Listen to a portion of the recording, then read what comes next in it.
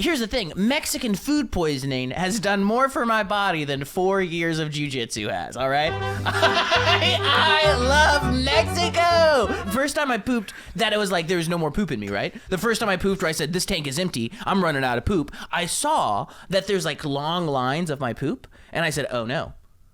Worms, right? Yeah. I got some type of parasite that's making me poop all crazy, but I Googled it. It's actually mucus because my stomach is running out of things to poop out because I'm getting so skinny. Dude, I'm going to look so hot by the time this comes out, dude. God you stick damn along it. this ride. I'm not done pooping yet, baby. I'm not done pooping yet.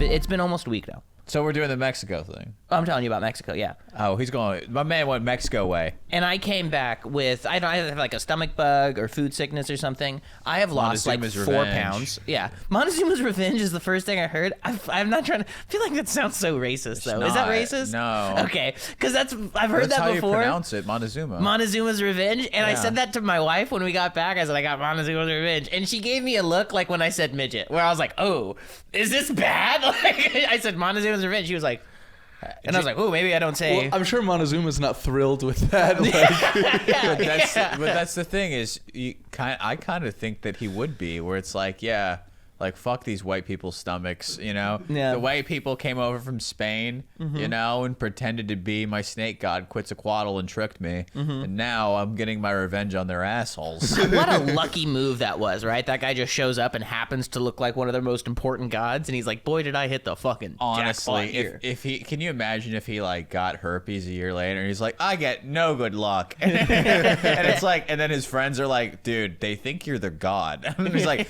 yeah, I'm pretty lucky. I do get to pretend to be a god king. Because for a while he was calling, yeah, he's like, you, Montezuma's revenge. I've got Courtney's revenge. Dude, you know, you leave the country, the second you leave the USA, Uh-huh. you know you're out of the USA. Okay. I get off the airport and, like, I get into the terminal and, like, the ceilings are lower, their tiles all fucked up. And I was like, dude, this is like Also, Mexico, I expected them to have the most beautiful buildings because their airport looks like dog shit. And I'm like, I don't know who built your airport. Mexicans built ours, and it's beautiful. It's a beautiful airport. I couldn't believe it. I was like, where did all the Mexicans go? Texas? You guys need someone to fix this up immediately. It is in shambles. And all the TSA guys look like they got their costumes from Party City. You know what Mexico needs? Mexicans. Yeah.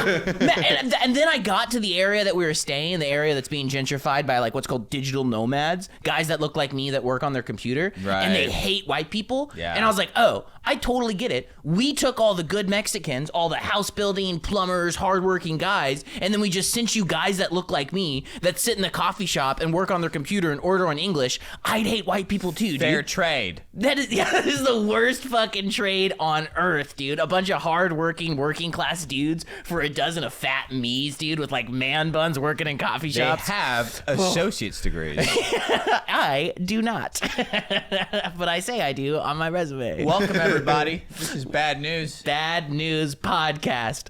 With me, JT Kelley. I'm Sam Castillo. This is the show where we don't talk about good news. We don't talk about healthy, relevant news. We talk about bad news. News that's going to keep you up at night. And hopefully we'll just try to make you laugh along the way. And I've been shitting for a full week. And it is about every hour. It is like it is January 6th. They are at the gates. They are overwhelmed at the gate of my butthole. And it is an explosion every single time. I am down to 221 pounds. I love it. You say that the shit is trying to break out. Yeah.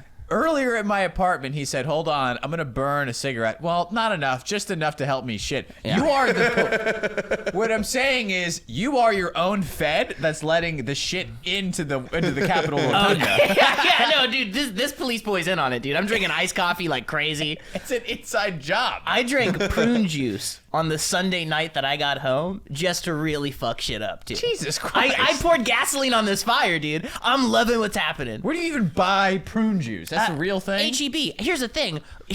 Mexican food poisoning has done more for my body than 4 years of jiu-jitsu has, all right?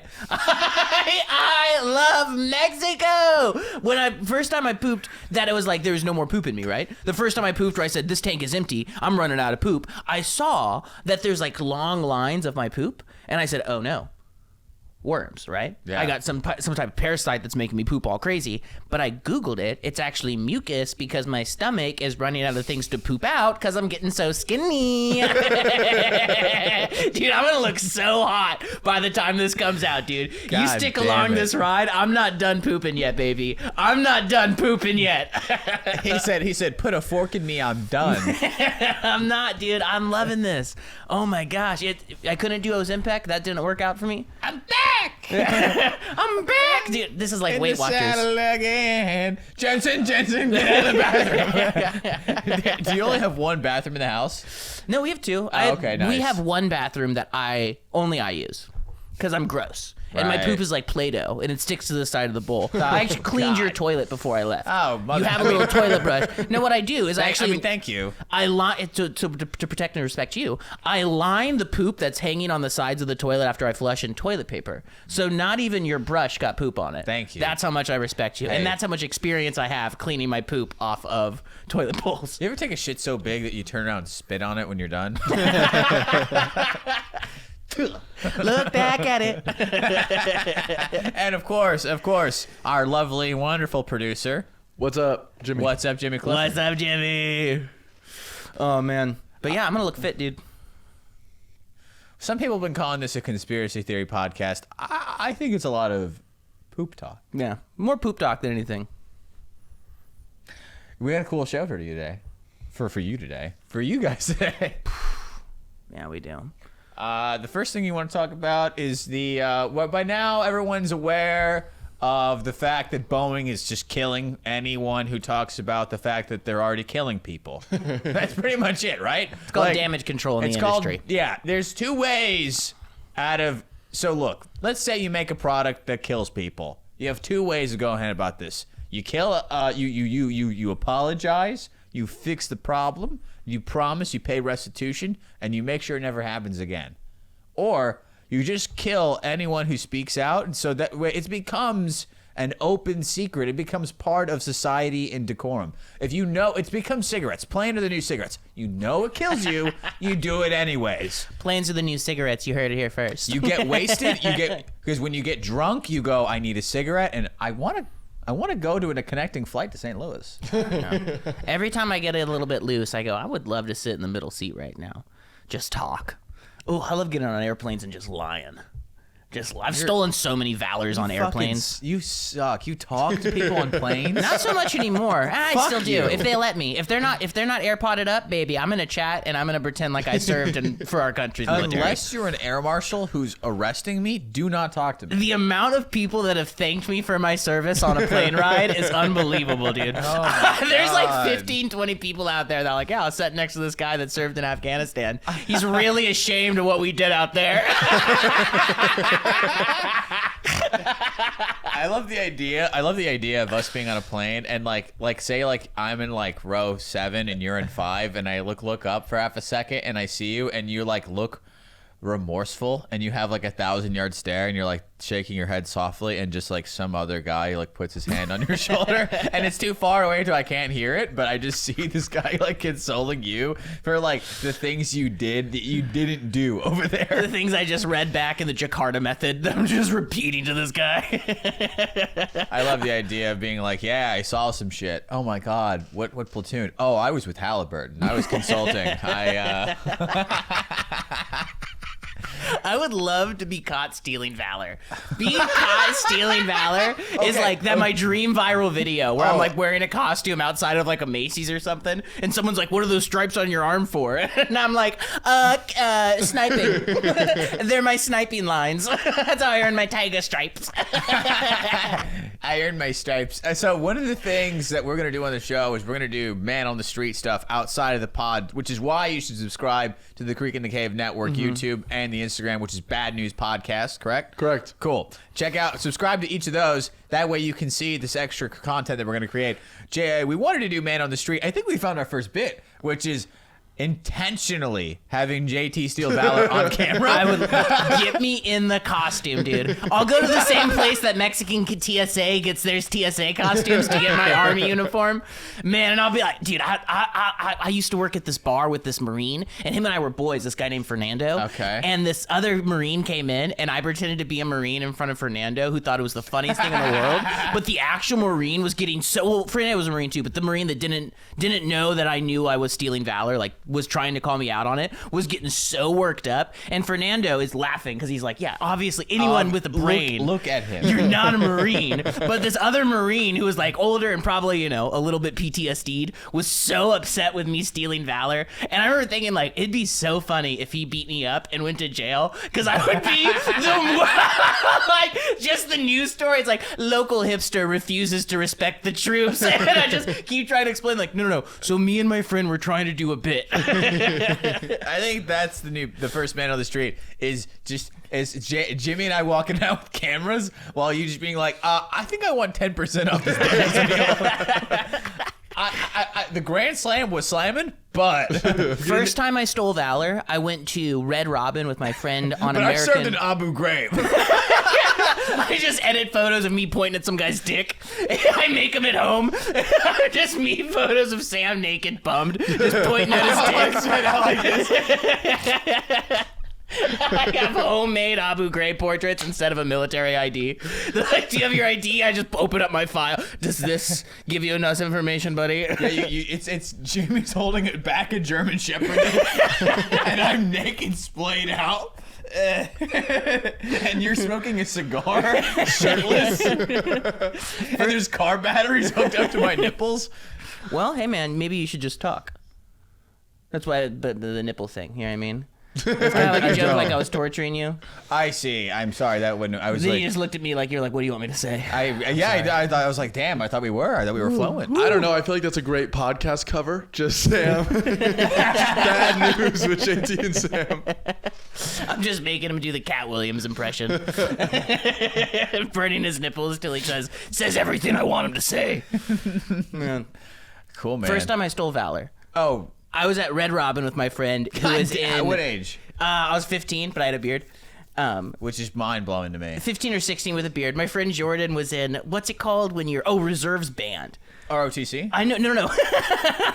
Pretty much, man. When you're in the Army Reserves, but you only play in the band. It's called a Reserves Band. That sucks. It's a way to be a veteran, but not do anything but play music and go to basic training once. It ruled. Bunch of my buddies did it. Bunch of my buddies went to Reserves Band. To their service. Dude, if you're going to thank anyone's service, don't thank my boy Jordan unless you're like, thanks for playing at that San Francisco Veterans Parade. That was you, man.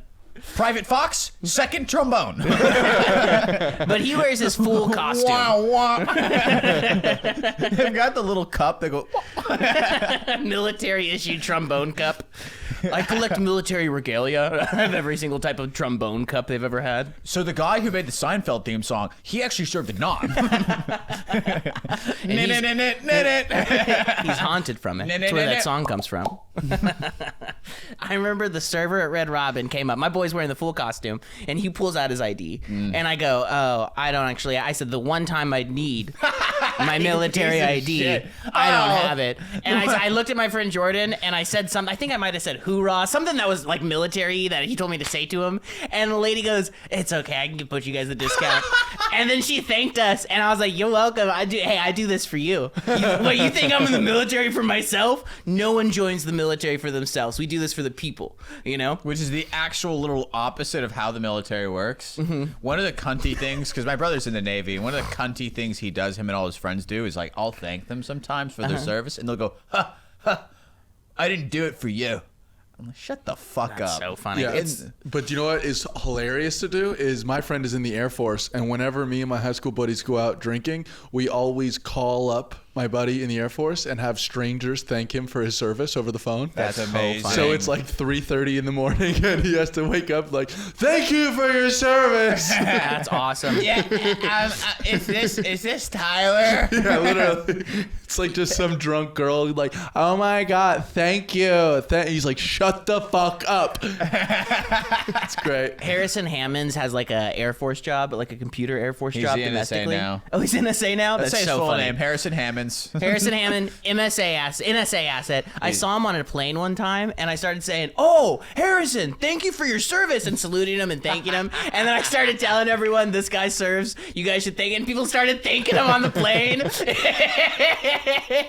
Our buddy that we used to do open mics with was in the Air Force for so long, and this is how unpatriotic he is. He joined the NSA. Like, isn't that not the least patriotic thing you can do? You could do is just spy on your fellow citizen. We know another open micer that worked at the NSA, and his story. You guys remember Mitch?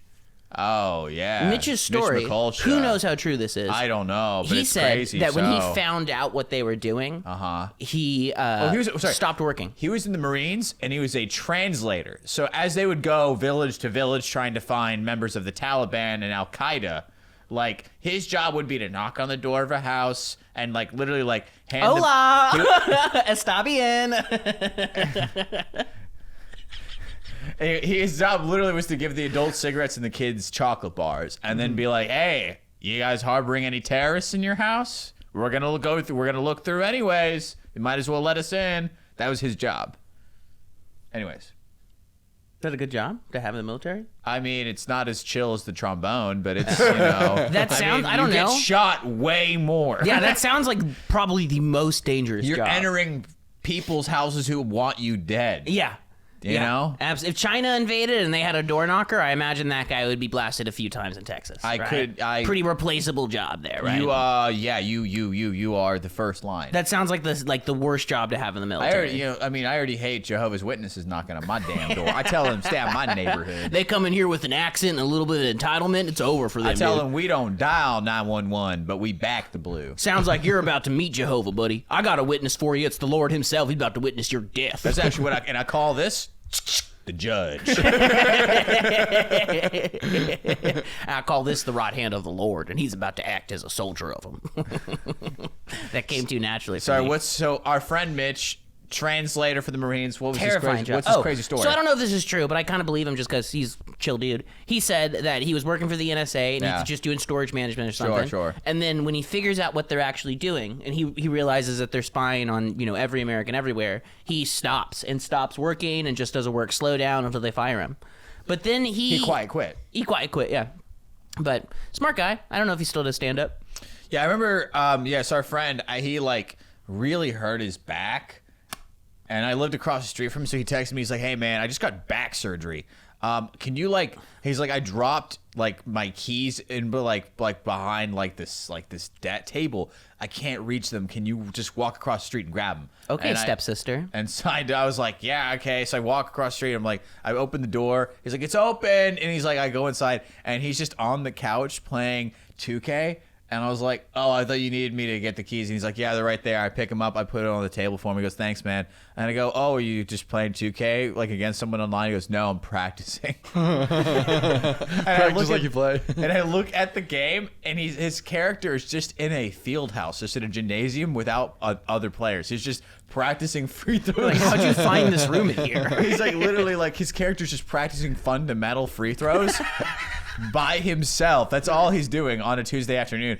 And he's like, "Yeah, man, my character, like, he's great in the paint, but he's bad at free throws, so I'm just got to get that practice up, put the hours in." Fucking Larry Bird. That's dedication, baby. I go, "That sucks." And he goes, "Oh, bro, no, this game's tight. Look, you can, like, text bitches." And he has his character walk over to, like, a bench, open a backpack, and pull out a phone. And then it changes to, like, a view of the phone screen. And he's, like, texting fake girls that don't exist, AI girls on the game. Oh, that's like one of the saddest things I've ever heard in my life. I know. I was like, "Bro, you're pretending to be a black 19-year-old kid named Jalen Monroe." Hey, if I was gonna be texting girls as anyone, right? It'd be Jalen Monroe. He named himself that, Jalen Monroe. Oh, I just assumed that was a famous basketball player. To be honest. No, Mitch really just wants to be that guy. Oh, he that wants to makes be me a so guy sad. recruited out of Kentucky. But doesn't everybody have an alias? Do you have an alias? I have no. You have no Really? alias. I have an alias. What's the alias? Can't tell you, otherwise it's not a very good alias. I already get I'm growing out a non-binary mullet, so I stopped getting mistaken for Martin Shkreli. I pretend to be a disabled woman online. Okay. A woman with invisible disabilities. When my friend here isn't stealing valor. But I'm not stealing valor. I'm pretending to be a disabled woman online with an invisible disease just so I can argue with men and tell them they're being misogynistic. Named Catherine Fibromyalgia. That's my name? I have POTS, and it's not funny. I had 3 hysterectomies. Dude, I went to hot yoga with a lady that said that hot yoga reversed her hysterectomy. Damn. And I don't know how hysterectomies work, but I believe her. I mean, that's where they take out an ovary. I wouldn't know. Maybe her body popped a new one. If starfish can grow a limb, why can't I make my dick bigger? Oh, man. Why can't I make my dick bigger if starfish can grow a limb? So the Boeing death is... That was a sad. Rest in peace to his family. So the whole story right now is Boeing is just putting out planes that are unsafe to ride in. They're having emergency landings constantly. And a guy who worked as a quality control guy for the planes, John Barnett, I believe that's his name, something Barnett. John Benet Barnett, I believe. John Benet Ramsey, Saddam Hussein Barnett. No, I would never call him a terrorist. He's actually opposite of a terrorist. He's an actual, do-gooder. Spoke out for several years working at Boeing about how these planes weren't up to snuff.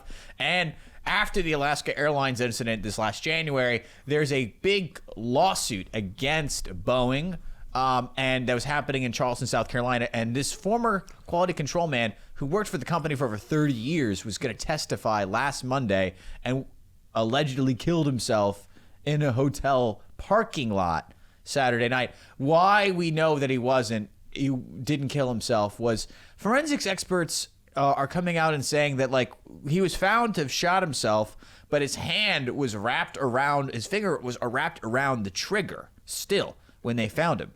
And I was reading, and all these forensics experts are saying that happens less than 25% of the time. If you kill yourself with a handgun, the odds that your hand will actually hold it is like less than 1 out of 4 chance. 2, the fact that the finger would stay on the trigger is less than a 15% chance. It's a miracle if he did do that his hand would still be wrapped around the gun the way that it was. He also said, if I die, it wasn't suicide. Right? That's actually one of the videos that we have. I forgot to put it in the Google Drive. It's actually my Instagram story right now. He said that. I mean, so did John McAfee, though. His neighbors were interviewed by the local Baton Rouge news channel, and his neighbors were out saying, "Oh, he warned us before he drove out to Charleston for this trial. He told all of us, hey, they're going to try to kill me," and sure enough, he was killed. One of the intricacies that's making the story different is the Charleston police reports are not adding up with the facts that the individual investigators are reaching out to other people, the hotel staff, and there's abnormalities or missed facts. One of the creepiest things was that this victim, his driver's license was in his room.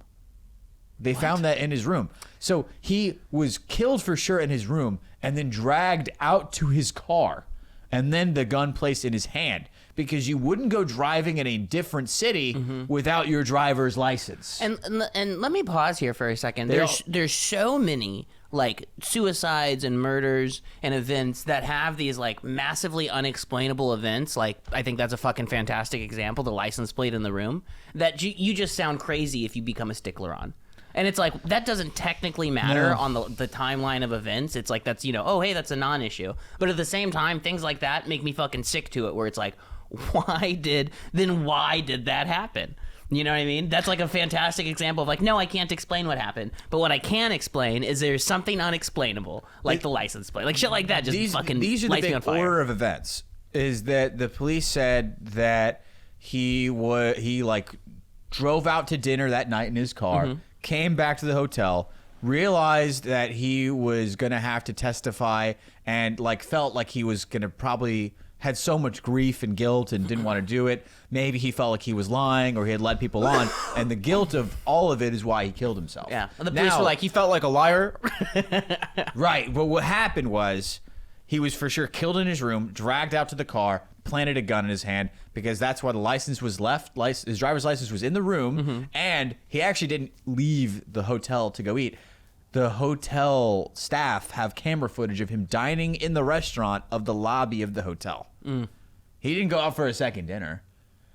So yeah, this was just a quick clip of people in his life telling local reporters in Louisiana where he's from. Earlier this month, Barnett was found dead in his truck from what the coroner says was an apparent self-inflicted gunshot wound. Do you believe this was a suicide? The investigation is going on right now, and yeah, we're not going to go to that. We're going to wait and see what the investigation brings out. Do you blame Boeing? I think if this hadn't have gone on so long, I'd still have my son. My sons would still have their brother, and we wouldn't be sitting here. So in that respect, I do. He was warning people before he drove out to that trial. Hey, I am not suicidal. If anything happens to me, it was a homicide. Wild. And these local reporters are out here telling the facts that these people, his neighbors, can testify that he was warning them. Hey, they're gonna try to get me. But like, and by now, if you're seeing this, by now when you're watching this episode, everyone knows about the story. Yeah. Everyone knows that it was an assassination, not a suicide. So we don't really need to harp on that. What we need to like really zoom out is there's a lot of bigger conspiracies that intentionally these crashes are happening.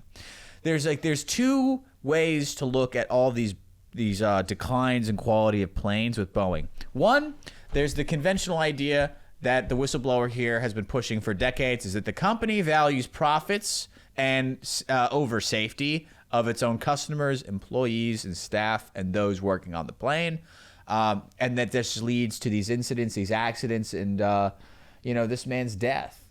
But the other conspiracy by like people on the farther right, like Glenn Beck, if you go to the Google Drive, scroll down, I have some quotes. Forget Glenn Beck still. He's popping. still kicking. So right now, a lot of these like far right, fringe right people who are on like Telegram or like X, they're actually contending that Boeing is creating these crashes on purpose. And the reason why is because the company is trying to punish the federal government for making it follow DEI laws, which are diversity, equality, inclusion laws.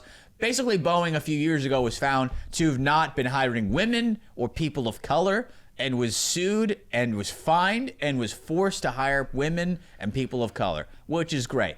All companies should be doing these things, should be a diverse workforce, frankly, leads to a more productive one. You have different perspectives, different skills. It's been proven over and over and over again.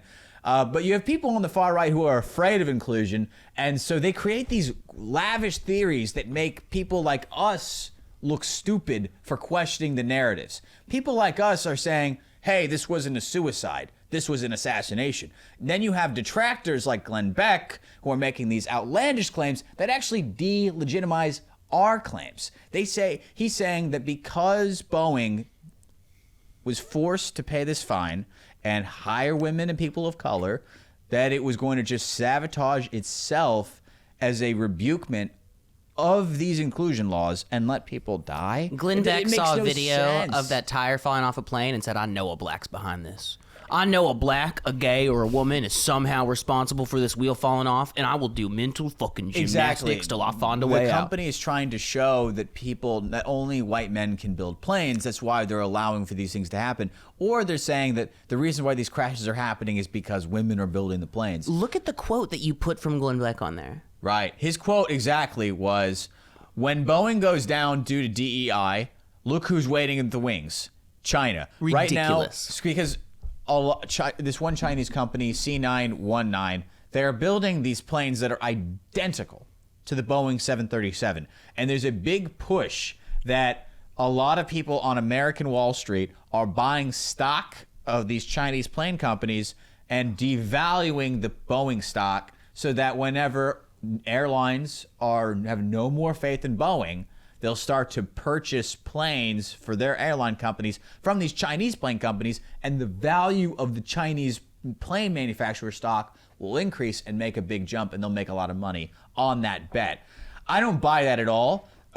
Proven, a famous documentary called The China Hustle has been proven that Wall Street is very, very skittish of buying stocks of Chinese companies right now, because the Chinese government still is like in this weird position where they do own any private company in China. At least a percentage. If you buy stock as an American investor, you will never, there is a chance you could never get a return on that.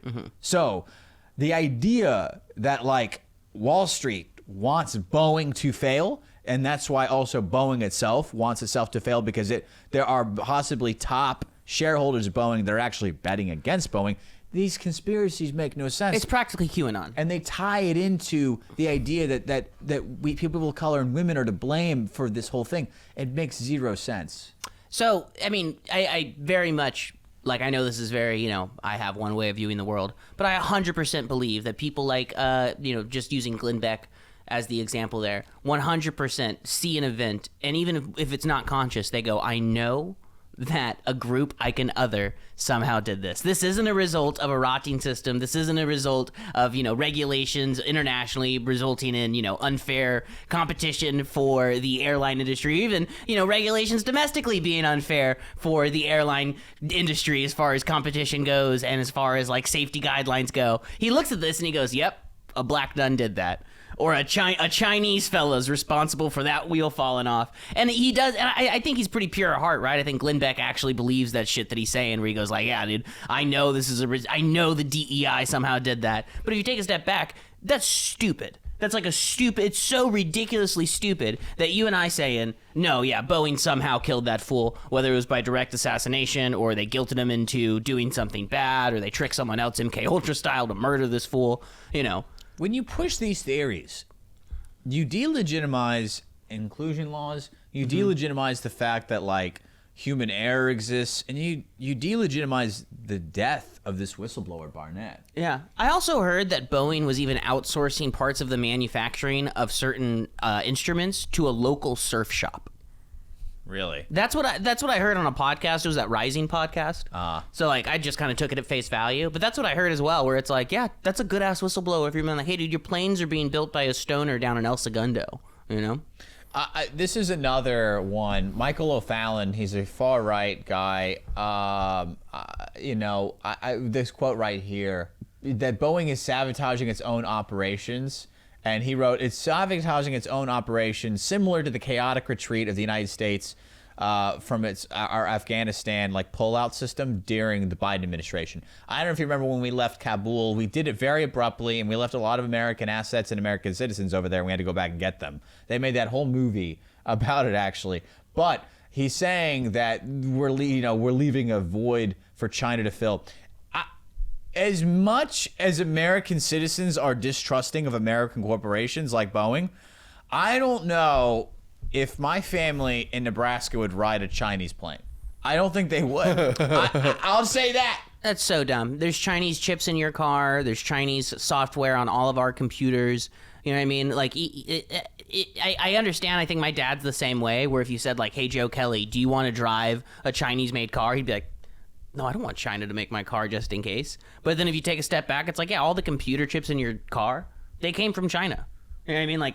If China wanted to do a crazy cyber hack, how about the fucking 500,000 drones they have here that people bought offline from China? Right. Right? How about my vacuum cleaner that connects to a cloud space in China? You know what I mean? That 45,000 people have here? I don't know. That type of mindset, I totally understand that. That's just alarmist shit. Sure. If China wanted to cyber hack us, they already would have, bro. If China wanted to shut down infrastructure, dude, if fucking 4 guns can take out all the electricity in Southern California by just shooting transformers, I'm pretty sure China could take out our electrical grid pretty quickly if they wanted to, right? Is that ridiculous? I think that the USA is the strongest military in the world. They don't because we would nuke them. We would destroy them. We would absolutely it's nuke them. It's mutual assured yeah. destruction. Yeah. But I mean, the main thing to zoom out, and we'll get to this as well with the TikTok ban, is right now I believe China itself is having to go through a personal identity crisis that they haven't had to go through since Mao Zedong's death, which is truly, what are we economically? We are, because the answer is they're not a communist country anymore. They've become an autocracy similar to Russia, where they have unfair elections, fake parliamentary procedures, but it's really just one autocratic leader. But they've had a rise of wealth, like more so than America has seen in the last 30 years. Like their number of rich has just exploded. They have more billionaires than we do, I think. And when you see what happens is when a climate gets in a country becomes too much for plutocrats, which are the wealthy of that country, just like Russia, they'll leave. The Russian oligarchs all fled Russia. Or they went to prison. Well, they all went to Israel. Yeah. They all went to London. They all went to Manhattan. And they all went to Tel Aviv. That's where all the Russian oligarchs went. And if things continue the way they are, I predict a lot of the Chinese oligarchs are going to flee to Vancouver. They're going to flee to Hong Kong. There's also, it's harder for them to move money. In fact, if you're like a super rich Chinese person, you're going to do this weird casino scam just to have enough money to leave the country. I don't know exactly how it works, but essentially you go to certain casinos so you can have more money that you could legally have in China, and then you travel with it. Yes. But like, a majority, I think all industries are at least partially owned by the government there, right? Yes. Yeah. And like, and so if you want to divest your money, they'll just say no. No. They'll just say no. You can't divest your money. All your money is tied up in an asset. Well, the asset is tied up in us. Yeah. So basically, your money is tied up in us. Dude, I don't mean to sound like a fucking communist, but we should do that here, right? Like if we can just fix one city by making someone like Jeff Bezos build beautiful schools and pay teachers to teach kids correctly, and his life would still be great. And you say, hey, dude, you can still be a billionaire. You just can't flee with all your money when we tell you have to spend X amount on fixing our education system. This country would be better, right? I mean, yeah. The answer is it would be better. Be a better country. In theory, but that wouldn't happen peacefully, and the amount of violence that would ensue. I mean, what? You think the Pinkerton Amazon army would like shoot down the IRS before they forced Bezos to build schools and pay teachers? Let's zoom out. You want a world where people are better educated. Sure, better educated, better fed, better housed, better loved. Who could disagree with that? I don't know. So, I don't know. I guess let's just move on. I feel like the main thing that we wanted to just talk about was like the idea that these companies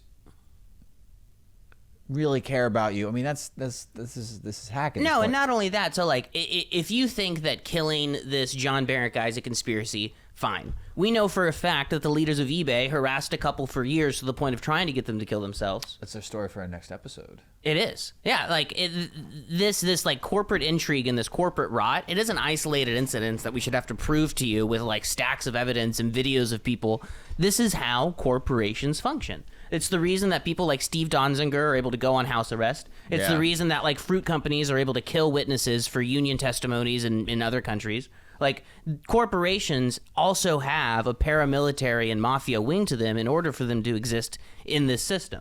Like, regulation isn't at the point where these corporations can't, fight back, right? We say, hey, legally we can take you to court and have this whistleblower tell on your ass. Guess what? Boeing can just fucking kill you.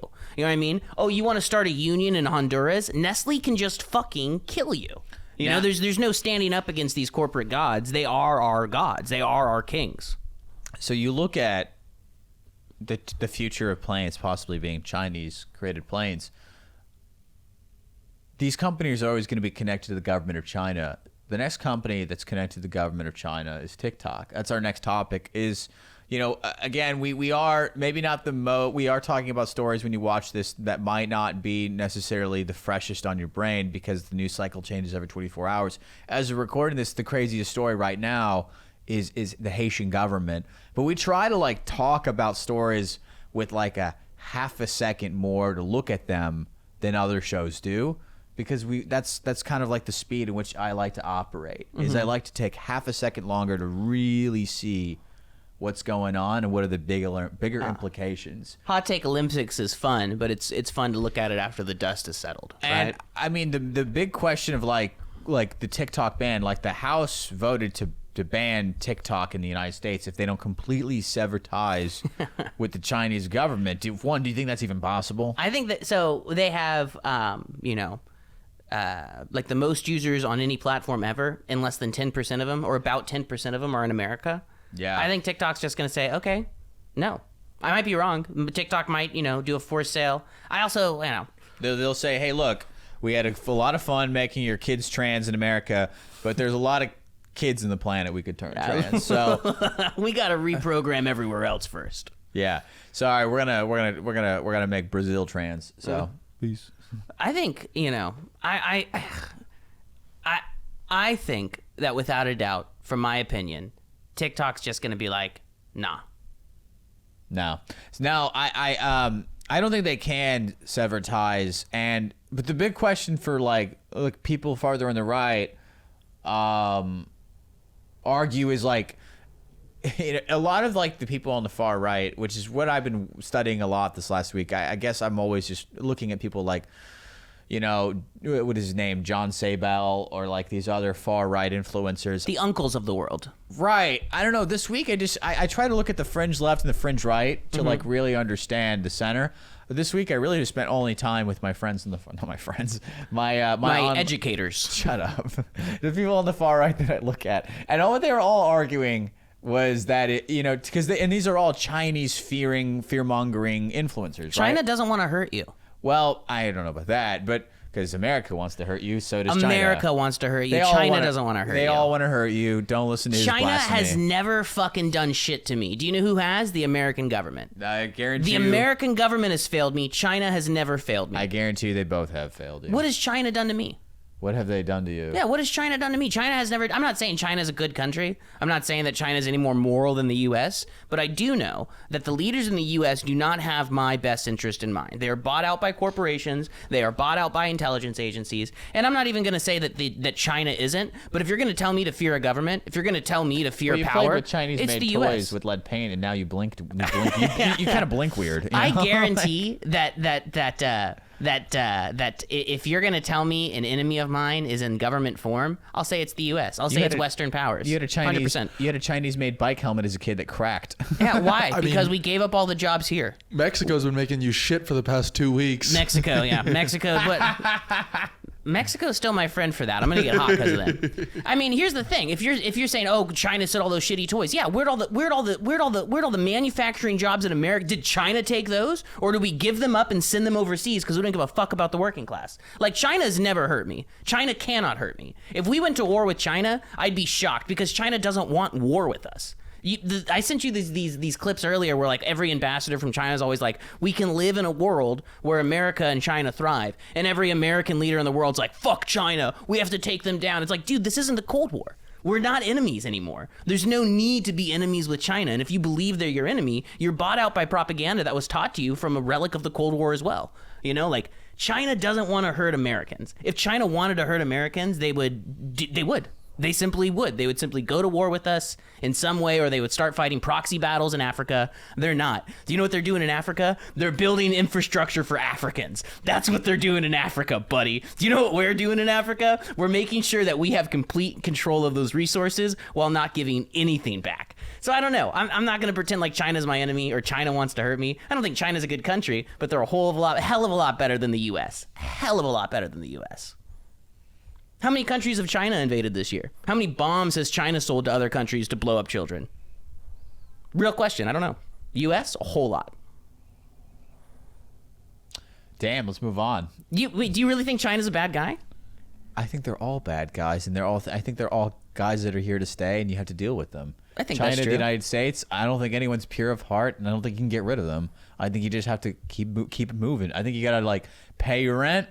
When you have a little bit of time and money, take your loved ones out to dinner, tip 20%, keep it fucking moving. But you go to Red Robin, you pretend to be a veteran, you get 10% off. I'd go to jail for life if I did that in China. You grease the girl 25% on the tip, and you keep it moving. I think if I tried that in China, I'd probably go to prison. They'd probably put me in like a I'd be in a Bodies Revealed resort 5 years later. You have Remember sex that? with your wife with the Wonka movie in the background. You're both looking at Chalamet the whole time. You try to keep it going. Man, I don't mean to sound pro-China. I'm just anti-American. But you are. No, I'm not pro-China. Oh, but you are. How am I pro-China? Just because I think they're better than the U.S. Sorry, I'm doing my Tucker. What do you think it is? What do you mean by that? He's pro-China. Well, if he's not pro-China, what is? What do you mean by that? What's anti? What's going on? Man, China's not my enemy. The main thing I wanted to say was all of the far-right influencers who are usually spending all of their time getting us to fear China were actually defending China when it came to TikTok. Because their argument is like, look, if the U.S. government bans TikTok, they can ban Telegram, they can ban Getter, they can ban all of the things that they use to communicate on social media in their far-right circles. And like the QAnon argument right now is actually pro-China in TikTok when it comes to the TikTok ban, which is like a take I didn't see coming. So it's interesting to see how like strange scenarios will create stranger bedfellows. Yeah, Marjorie Taylor Greene and AOC both saying, don't ban TikTok. Right. Love to see those two work together. Right. I'd like to see them fight, too. That'd be a great Street Beefs episode. That would be. Yeah. AOC and MGT throwing down, Muay Thai and grappling allowed. That'd be good. I'm curious. I don't know if you guys have this planned for later, but what's with the Pornhub ban? You know about this? Yeah, a little bit, but I don't know enough to really talk about it as far in depth as I want to. I mean, there's a few speculations. Like one of them was like the fear of like I've heard bestiality, that there's been a lot of uploads of bestiality on there. Don't be afraid of bestiality. If you eat meat, you can't think bestiality's wrong. Hot take. Okay. So my friend is really pro-China, anti-troop, and Pro? tolerant neutral of bestiality. I remember one time. Expand on that. I called Expand on that. bestiality gross. My friend was like, why? And I was like, it's fucked up to do that to animals. And he's like, do you eat meat? And I was like, yeah. And he's like, why is it more fucked up than killing them? And I was like, well, I don't know, but it's still fucked up. There's I can think of several reasons why, but go ahead. And then he said, well, why? And I said, it's just gross. He goes, that's the same argument that people use to call gays deviant.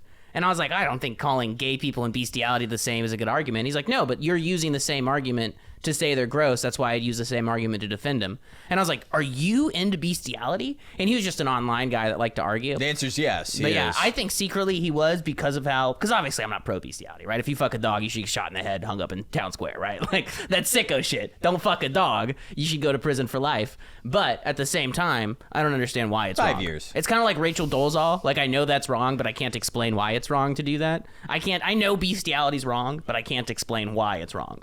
There's no consent.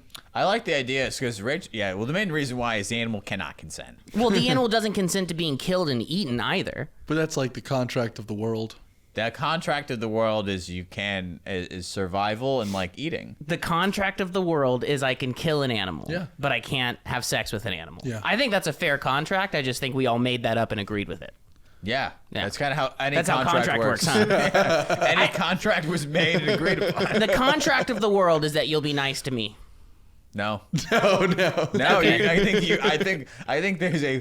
you're spending too much time with your bestiality friend. Hard to be nice to a guy who's defending the dog fuckers. I don't know, Your dude. Chi-Com. The Chi-Com dog fuckers. Man, do you think Canada's bad? What? I don't think Canada wants to hurt Where me. are you today? Well, I don't think Canada's a good country, but if you told me Canada was my enemy, I'd be like, you're an We've idiot. already gone over this. Oh, sorry, There is I no can't- good country. No, there's no You good said countries. China's good, America's bad. I said they're No. both bad. Therefore, Canada also bad. Canada's weak. Canada is weak. They're like our little brother that's Yeah. scared of us. Canada's just an And they extension will of also U.S. turn off your bank account if you don't, take the medicine that they tell you to take. do you- They literally will pause your bank account. If you don't take the medicine they tell you to? Oh, was that during the vaccines? Well, it was the truck drivers who, That was like, funny, in Winnipeg. Yeah. That was a very funny, the big truck protest that people supported, and then like cops would knock on their door and be like, so I heard you were posting on Facebook that you liked that the truckers were getting together. Oh, did you see any of those videos? Some of them were so funny. There would be like guys going knocking on like, oh, so you support the truckers? And he's like, fuck yeah, I do. I'm gonna keep doing it. And he goes, well, if you keep doing it, we're gonna have to keep coming and talking to you. And he goes, well, then get fucking ready. We'll get married. I'll put on some a cup of Joe, and we'll make this a regular thing because I'm not gonna stop. And it was just like the most Canadian argument you've ever seen in your life. Yeah, buddy. Yeah. Oh yeah, mate. Yeah, I'll make some. Did they say mate? I think so. I like the Australian ones too. You guys see when the Australian people weren't obeying lockdowns, and so the police would go and talk to them, and the Australian people were just so fucking Australian. Yeah. And just yell about it. Oh fucking. It's so funny to me. That's so funny to me. Why did you bring up Canada? Because, I mean, I agree with you. All countries are evil. I don't think there's a single good country out there. No. If I was going to say Canada has done less evil than the U.S., maybe it's kind of hard to say. I pretty much think it's equivalent outside of like what we've done internationally. It's like a house cat. It'd eat you if it could. Yeah, that's a great example. Also, Canada's really well known for war crimes when they do go to war. Okay. Every time Canada sends the boys out, they do not accept surrenders. Yeah, they're just not as good as covering their war crimes as we are. Yeah, we just hire people out. We didn't get any war crimes. We outsource it. We hire people who used to be in the military who use gumption to pull up their own bootstraps and make an LLC with several shell companies, happen to be cousins with Betsy DeVos, and then you say, hey, not mercenaries, paramilitary contractors. Like, do you like Morocco? Seems like an authoritarian, bad country to live in. It's a monarchy, but they're not my enemy. It's a shithole. I've been there. You've been to Morocco? Yeah. What were you on 90 Day Fiance? What were you doing in Morocco, Jimmy? You're 6'4" from fucking New Jersey. Have I never told you this story? No. So when I graduated college, I wanted to go on a backpacking trip through Europe, but I'm not really huge on details. So I was trying to go to Monaco, but I hit the wrong button when I bought the flight, and I went to Morocco. And like my mom and dad, they told me that for my graduation present, they would buy me like a European phone pass, and I get there and it doesn't work. And my dad calls up and he's like, hey, what the fuck's wrong with this goddamn phone company? You know, his plan's not working. They're like, sir, what country is he in? And he looks at my itinerary and he goes, Morocco. And he goes, sir, that's in Africa. And he goes, you have an African phone plan? And like I had to do 10 days in Morocco.